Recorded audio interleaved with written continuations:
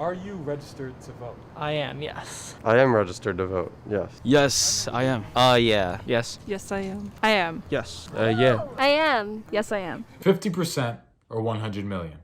Both are numbers that make up the amount of American citizens who were eligible to but chose not to vote in the 2016 presidential election. Yet outcries from social justice movements and the ongoing coronavirus pandemic are set to change those numbers as Americans prepare for one of the biggest presidential elections in American history. I had the chance to talk to author and CBS News legal expert Kim Wehle, whose latest book, What You Need to Know About Voting and Why, gives readers an in-depth look at voting at the presidential and primary levels, as well as an explanation of the Electoral College. Yeah, so the book is a how-to guide, soup to nuts, how to register, how to vote, 50 state surveys, and all kinds of stuff. Just a year after her previous book, How to Read the Constitution and Why, Wehle found that her latest book would be an easy outlet for Americans learning about voting and learning how to extend their civic duty as eligible voters. I found there wasn't one place, either online or, in a bookstore, where it's just a how-to guide.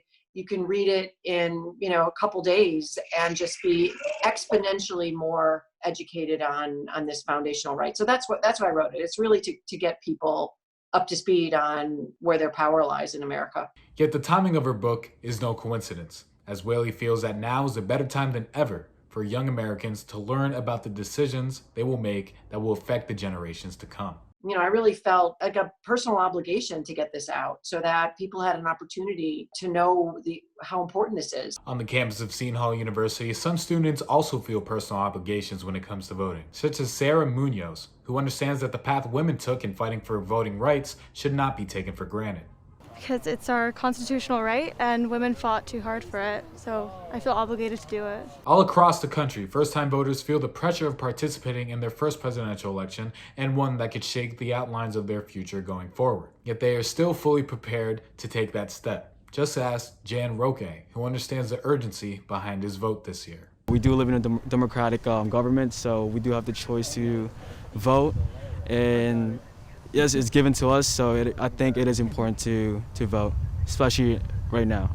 Wehle also emphasized that a common theme with first-time voters is the narrative that their votes don't matter in proportion to the larger number of elderly voters in presidential elections. Jacob Smith understands the narrative, but still believes that all votes matter in the end. And a lot of people think that since there's so many people living here that their voice isn't going to be heard, but you never know how many votes it's going to take to get that candidate in that's really going to make the positive change that you're looking for. Another reason for a lack of voter activity could be blamed on the ongoing coronavirus pandemic, which has put up roadblocks when it comes to voting itself and voter registration. Yet Congress has been doing their best to make sure that everyone's vote can be counted, such as the immediacy of mail-in ballots and ensuring that DMVs can be eligible places for voter registration. Wehle also mentioned how big businesses are doing their part in making sure all their employees are active come November. Corporations are stepping up to the plate, giving their employees the day off.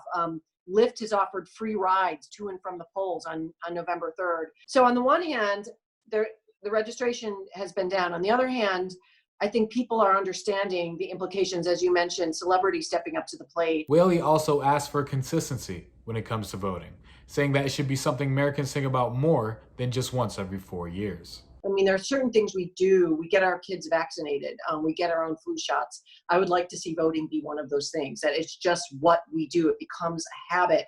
But that has to shift where it's not just an election year where people think about these things. They think about these things all year round. A sentiment that is shared with education major Katrina Bonus, whose future with the younger generation is orchestrated by setting the proper example. We are the next generation. We're setting a good example for the future. The reason why I want to be an education major is because I want to shape the next generation. So just raising people to have good morals, and I feel like that's just something a good human should do, just vote.